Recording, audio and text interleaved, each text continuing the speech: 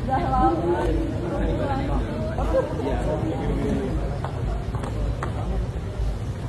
Biar Kak.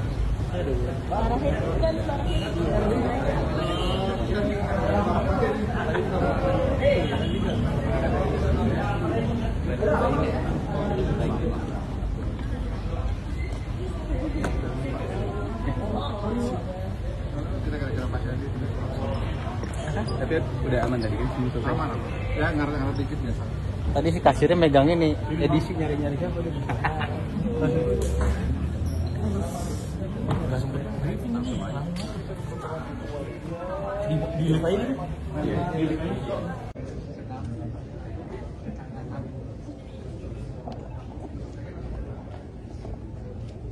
Jadi teman-teman semuanya, saya mulai ya. Terima kasih. Assalamualaikum warahmatullahi wabarakatuh. Jadi kalau dengar yang tadi disampaikan, rasanya udah siap rolling ya. Udah siap langsung bergulir ya. Langsung bergulir, langsung bergerak, langsung action. Dan kita tahu, pasti teman-teman tadi sudah dengar ya ceritanya, kenapa milihnya jembatan, kenapa milih jembatan di daerah yang terpencil. Saya tuh pernah mengalami di Jakarta. Diceritain nggak tadi pengalaman saya? Belum. Diulang dari yang otentik nih. Kalau yang tadi pewarta nih cerita.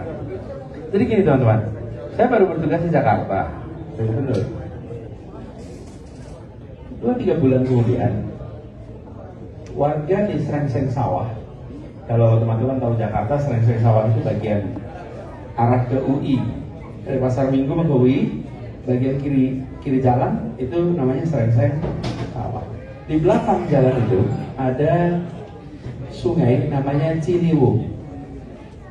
Ya, Sungai Ciliwung. Sungai Ciliwung itu di sana ada jembatan. Warga sana menyebutnya jembatan Indiana Jones. Nah, jembatan Indiana Jones ini sudah lapuk, sudah rusak, sehingga kalau dilewati itu seperti main apa yang harus loncat-loncat tuh? Honda. Karena kayunya banyak yang berlubang. Sudah bergoyang, berlubang, berisiko, tapi itu masih tetap dilewati untuk warga. Nah, mereka minta gubernur datang.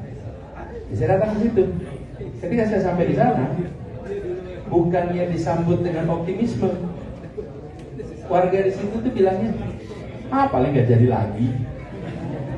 Dulu Jokowi kesini nggak jadi, habis itu Ahok kesini nggak jadi. Sekarang nih Anies datang nggak jadi lagi nanti. Jadi bukan ungkapan yang optimis, enggak. Dan teman-teman tahu warga di Jakarta itu kalau bicara apa adanya. Nah, jadi waktu saya datang saya lihat, ini repot ini, jembatan gantung, ketinggiannya kira-kira 10 meter dari sungai. Jadi serius tingginya, membentang kira-kira mungkin 30-40 meter bentangannya.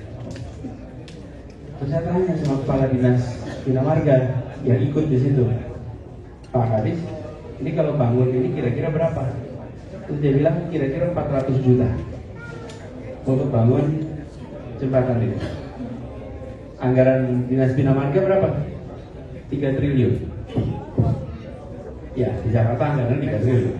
Tapi jalannya banyak sekali di Jakarta ya. Jadi anggaran 3 triliun, ini harganya 400 juta. Jadi kan kecil banget tuh. Kecil tuh harus ceritanya. Terus saya bilang, ya udah kalau gitu kita bangun saja Pak. Terus Pak Inas bilang, gak bisa Pak, gak bisa dibangun. Kenapa? Kita berdiri di Jakarta, seberang sana Jawa Barat. Seberangnya Jawa Barat, Depok. Sungainya milik Kementerian PUPR. Jadi secara administratif Jakarta tidak bisa membangun di situ. Oke? Coba kebayang nggak? Itulah sebabnya kenapa warga ketika kami datang itu, udahlah, duit udah datang nggak jadi, datang nggak jadi. Nah, jadi setelah itu saya bilang sama Pak Kadis, Pak kita cari perusahaan aja deh, CSR, 400 juta sih kumpulin 10, Pak 40 jadi. Oke Pak, gitu. Terus Dia kumpulin perusahaan. Nah ternyata ada satu perusahaan yang tahun itu berulang tahun. Ulang tahun yang ke-70 kalau nggak salah. Insinyur pembuatnya itu generasinya Bung Karno dulu. Perusahaan konstruksi ini. Terus dia bilang, boleh nggak kami aja yang bangun? Syaratnya, nama jembatannya, nama pendiri perusahaan. Oke, 400 juta kami tanggung semuanya. Ya kita bilang boleh, yang penting kan jadi jembatan. Jadi akhirnya satu perusahaan ambil alih beban pembiayaan. Gambarnya dari kami, dinas Bina Marga udah punya gambar. Pembangunannya diawasi oleh dinas, tapi yang mengeksekusi dari perusahaan konstruksi. Sehari yang bisa apa? Jadilah jembatan itu. Dan setelah jadi saya datang ke sana, ketemu dengan warga. PHP itu hilang. Oke, dari kenyataan sekarang. Jembatan jadi kenyataan. Tapi bukan tangan negara. Negara tangannya dikunci oleh aturan administrasi. Nah, teman-teman, dari pengalaman itu apa yang terjadi? Yang namanya sungai hampir selalu jadi batas wilayah antar desa, antar kecamatan, antar kabupaten, antar provinsi, betul tidak? Sehingga banyak sekali yang jembatan kecil-kecil itu nggak bisa dibangun. Kenapa? Karena pemerintah cenderung membangun yang untuk kendaraan besar, yang untuk manusia nyebrang antar kampung terlewatkan. Kecil, coba bayangkan, pemerintah pusat suruh bikin jembatan gantung di lokasi Jakarta, lewat nggak dikerjakan. Dan sekarang kalau teman-teman Bapak Ibu lihat anggaran Kementerian PUPR untuk jembatan gantung, boleh dicek nanti berapa kira-kira tahun 2025 seluruh Indonesia? 0. Ditulis 0. Jadi kalau kita mengerjakan, memang negara belum hadir. Karena itu kita hadir untuk mengerjakan itu. Ya? Memang 0 coba boleh dicek. Karena efisiensi dan lain-lain menjadi 0. Nah, jadi teman-teman, ini saya punya pengalaman pribadi. Mengapa jembatan gantung itu tidak bisa dikerjakan oleh sama desa begitu? Terus saya ingat waktu kami mengerjakan Indonesia Mengajar, kami buat Indonesia Mengajar mengirimkan guru-guru, salah satunya ke Lampung. Kami kirim ke Lampung di kabupaten namanya Tulang Bawang Barat. Ada daerah namanya Lampung Barat. Di situ ada sebuah desa, Balik Bukit namanya. Desa itu terbelah oleh atau dibatasi oleh sungai. Ketika menyeberang nggak ada jembatan, tapi air sungainya itu cuma selutut. Jadi orang menyeberang dengan biasa. Tapi pada saat musim hujan air naik. Pada saat pasang sampai ke dada, biasanya orang nggak nyebrang. Walaupun ada pegangan tali segala, biasanya kalau udah sedada orang nggak nyebrang. Suatu ketika terjadi sebuah keluarga ada yang wafat. Makamnya itu di seberang sungai. Pada saat kejadian meninggal, saat itu sedang air pasang. Nah, keluarga tidak mau menunggu sampai besok atau lusa. Karena air itu kalau turun bisa 24 jam lebih. Keluarga memaksa harus dimakamkan sesegera mungkin. Artinya dengan air setinggi itu dibawa jenazah keranda itu. Dan rupanya goyangan air itu keras, lepas. Kerandanya lepas, jatuh. Apa yang terjadi? Seperti pelepah pisang aja terbawa. Dan orang terjun semua menyelamatkan jenazah itu. Ditarik seperti pelepah pisang, mencari semuanya. Dan di tempat itu begitu banyak ibu yang mau melahirkan dan terhambat tidak bisa berangkat, sehingga angka kematian ibu melahirkan menjadi tinggi. Ibu-ibu yang pernah merasakan proses persalinan, gimana rasanya kalau harus bersalin bawa ke rumah sakit dan nggak bisa dibawa? Ibu, bukan hanya itu, ini batasnya tipis dengan sahid. Walaupun itu syahid, tapi kita tidak ingin ibu-ibu meninggal pada saat persalinan, itu tidak hanya. Dan itu soalnya dibatas. Kemarin di Pandeglang, pada saat saya datang ke sana, waktu inspeksi awal, seorang anak perempuan datang, dia menemui saya sambil nangis. Dia bilang, Pak Anies, coba Bapak datang dulu, ibu saya masih hidup sekarang. Kenapa? Karena ibunya meninggal pada saat mau persalinan, sehingga tidak bisa dibawa ke rumah. Bayinya selamat, ibunya meninggal. Jadi teman-teman sekalian, ini adalah sesuatu yang nyata dibutuhkan, tapi tidak nampak di permukaan sebagai kebutuhan kemanusiaan yang urgen. Kenapa? Mereka bukan pelaku sosmed, mereka bukan orang yang bisa meminta media untuk expose. Sesekali ada gambar siswa nyebrang berisiko jadi berita. Setelah itu hilang.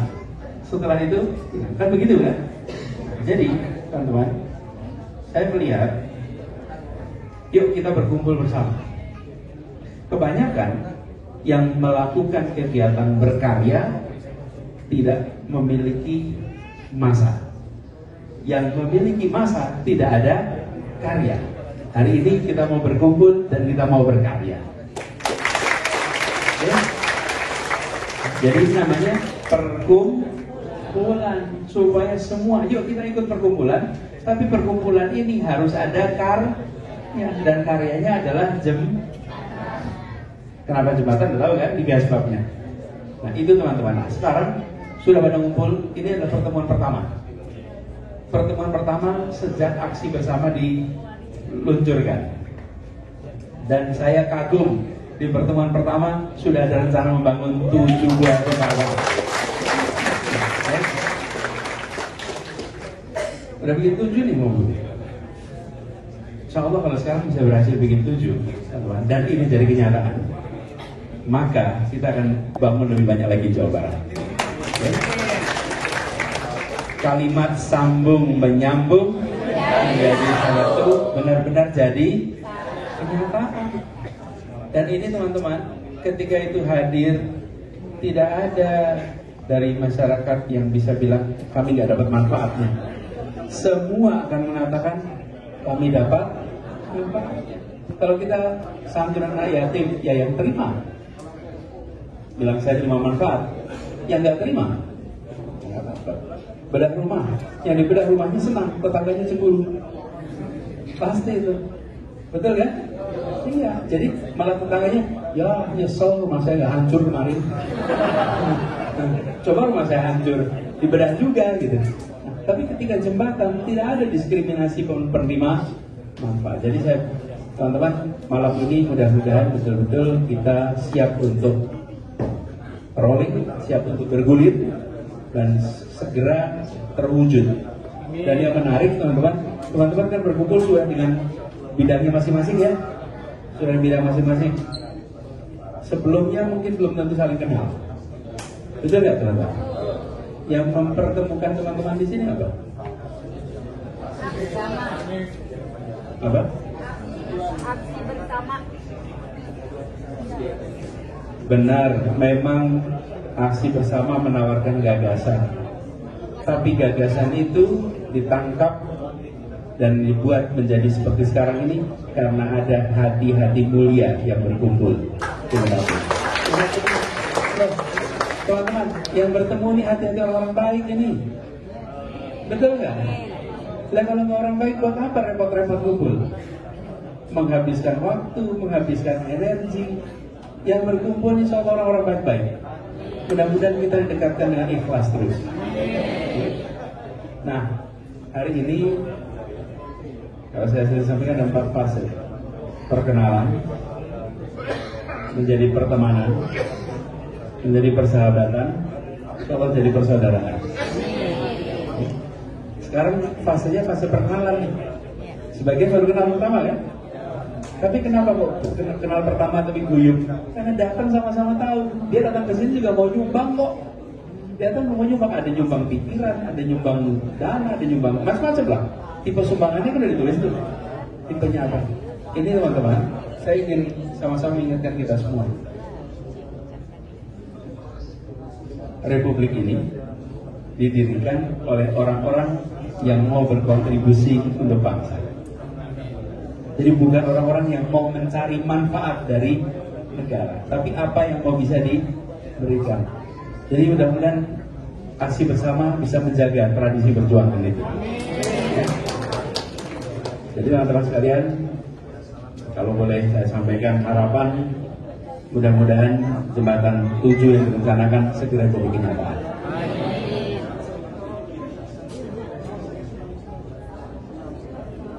Saya sering dulu bilang, think big, start small, act. Berpikir besar, memulai dari yang kecil dan dikerjakan sekarang. Jadi mudah-mudahan act now-nya dimulai dari sekarang. Jadi teman-teman, terima kasih sudah berkumpul, terima kasih sudah siap untuk bergerak, dan teman-teman semua di Bandung yang berkumpul sore ini, tadi saya dapat datanya, yang bergabung di aksi bersama sudah berjumlah 9.700 orang.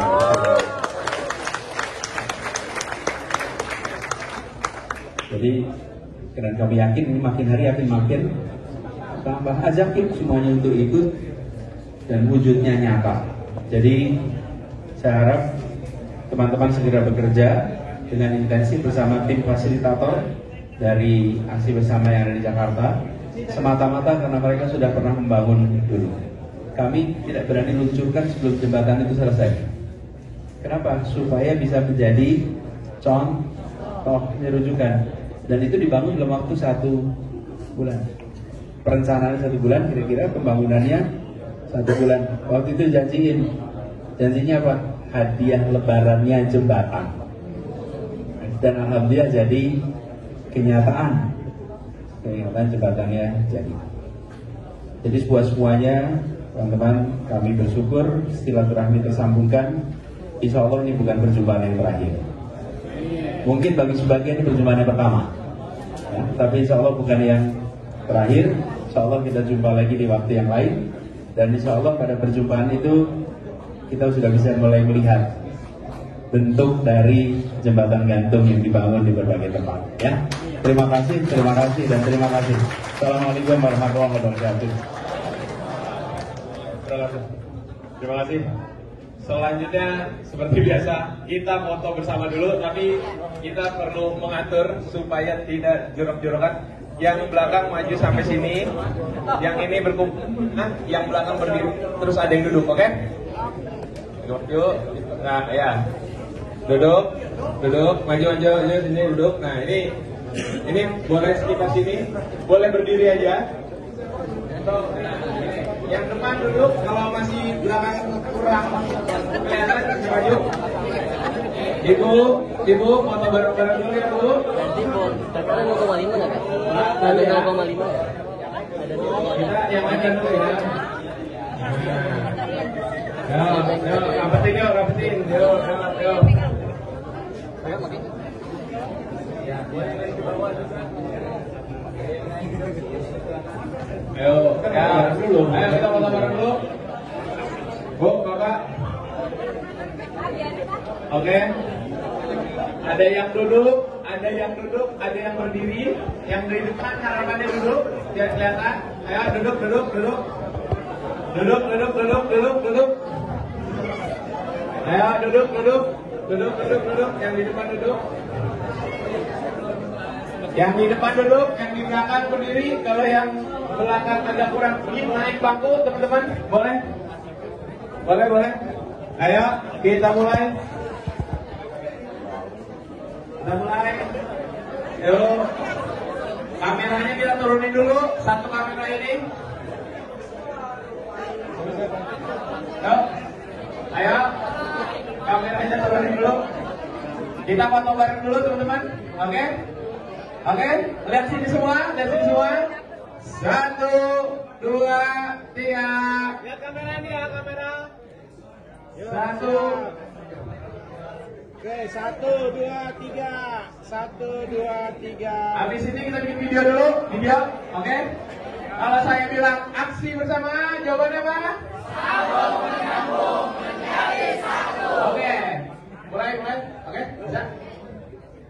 1, 2, 3. Aksi bersama.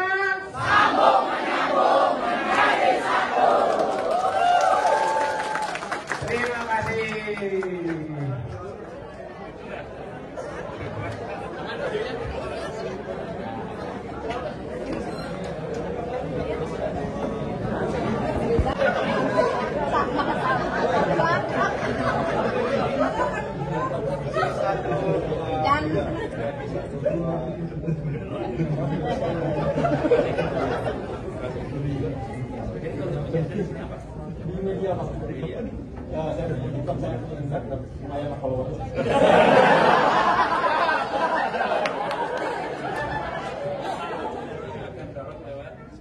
Iya Pak, insya-Allah. Terima kasih Pak. Perumahan lagi Bandung Barat. Boleh, boleh. foto ya.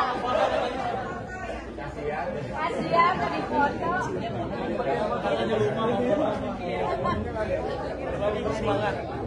Satu, dua, tiga. Satu lagi, satu, dua, tiga. Oke, terima kasih. Siap.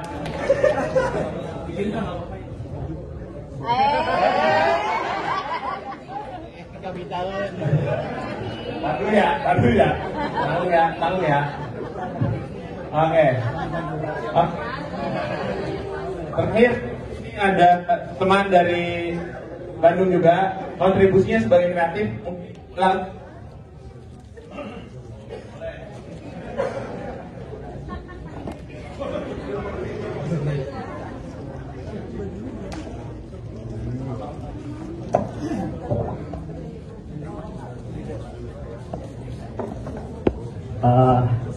Tak saya berhenti. Assalamualaikum warahmatullahi wabarakatuh. Perkenalkan Pak, saya Yuda. Saya dari kontribusi tim kreatif. Sebelumnya background saya dari teknik informatika Pak. Sekarang saya lagi magang juga di bidang sistem engineer sebagai development dari particle service. Jadi sebenarnya saya terima kasih kepada Bapak Tolainis yang telah mau berjaya untuk menghadirkan sebuah platform sangat luar biasa, yaitu aksi bersama. Sebetulnya ini saya ketika kuliah saya sebenarnya bermimpi untuk membangun sebuah jembatan, karena saya ketika menyatakan sebuah pengabdian masyarakat di Bandung Barat itu saya melihat bahwa infrastruktur di sana itu sangat timpang sekali dengan apa yang kita lihat di tengah kota. Bahkan anak-anak desa di sana itu mereka pun malah tidak punya alas kaki untuk pergi ke sekolah. Itu yang membuat saya hati saya tergerak untuk membantu dan ikut berkontribusi di masyarakat. Nah waktu itu sebetulnya kendala saya itu sama teman-teman kuliah itu tidak adanya kesiapan dari segi finansial gitu.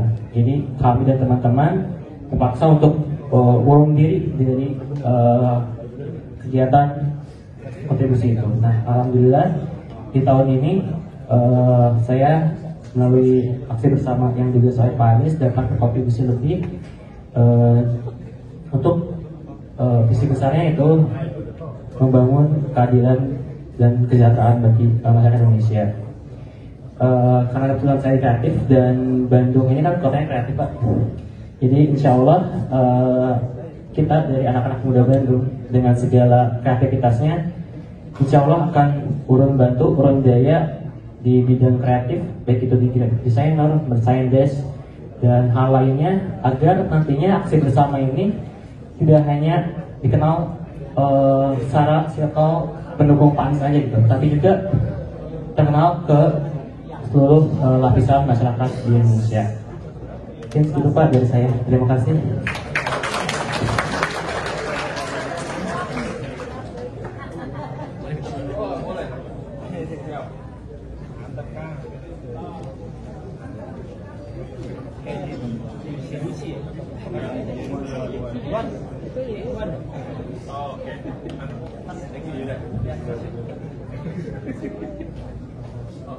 Terima kasih, tepuk tangan buat Mas Huda. Ini satu lagi, Pak. Tadi ada Bu Dini, sekarang Bu Dian yang rumahnya bersedia dijadikan rumah aksi bersama ya Bu Dian ya? Siap, terima kasih Bu, silakan.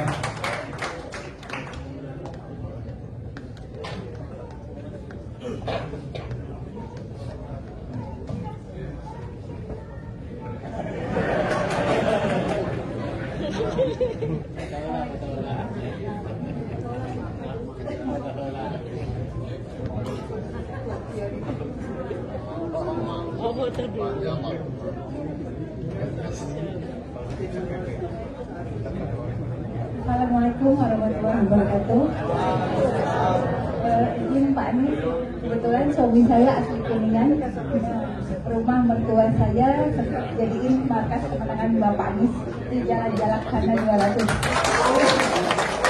Alhamdulillah kami keluarga termasuk Bapak dan kami sampai sekarang juga melihat perkembangan Bapak. Alhamdulillah, tapi bukan semata saya mengikuti aksi bersama ini hanya semata Bapak, tapi suatu visi misi Bapak sepaham dengan apa yang kami cita-citakan. Nah, alhamdulillahnya Pak, suami saya Bapak Dede itu tadinya 25 tahun di perbankan.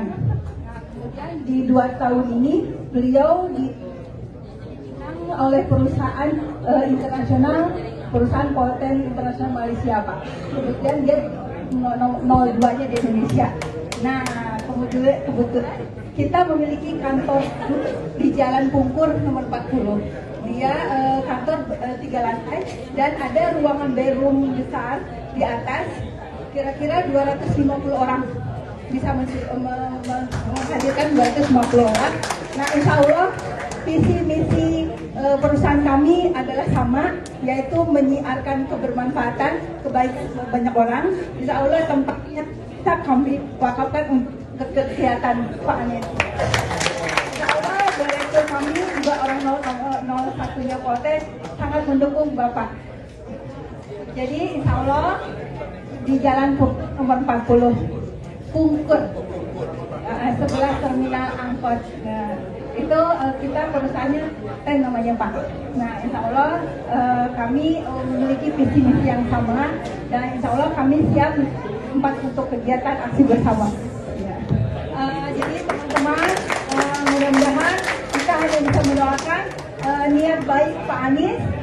Kita sama-sama saling doakan dengan jadi untuk Indonesia maju, untuk kesehatan, untuk keselamatan kita semuanya Pak ya.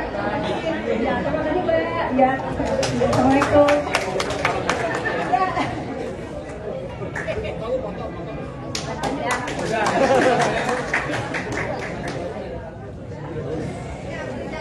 Ya, Pak, satu lagi Pak dari jaringan, boleh Pak, silakan. Ini kontribusinya sebagai jaringan. Silakan Pak.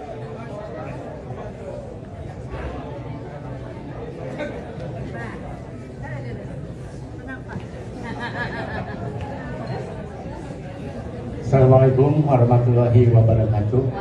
Salam hormat, bakat kucinta Dede ke Pak Anies.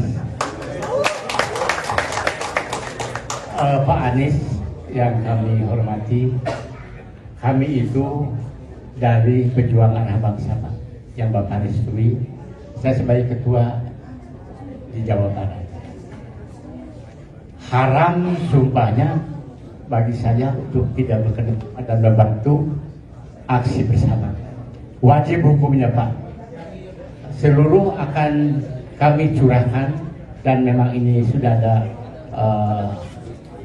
kesepakatan dengan pusat Pak Raju Pak. Itu diwajibkan membantu untuk meningkatkan dan memperbanyak jaringan Pak di Jawa Barat khususnya yang jumlahnya sekarang pengurus dan anggota sudah 1.620 Pak. Ya. Mudah-mudahan gagasan Bapak ini dapat diterima oleh masyarakat dan menjadi satu program yang nyata Pak, maslahat dan bermanfaat buat masyarakat. Sekian Pak Anies, kayak orang Tepang di Kuningan abdi tika 2 agung Pak. Sareng ibunda tercinta di Kuningan. Itu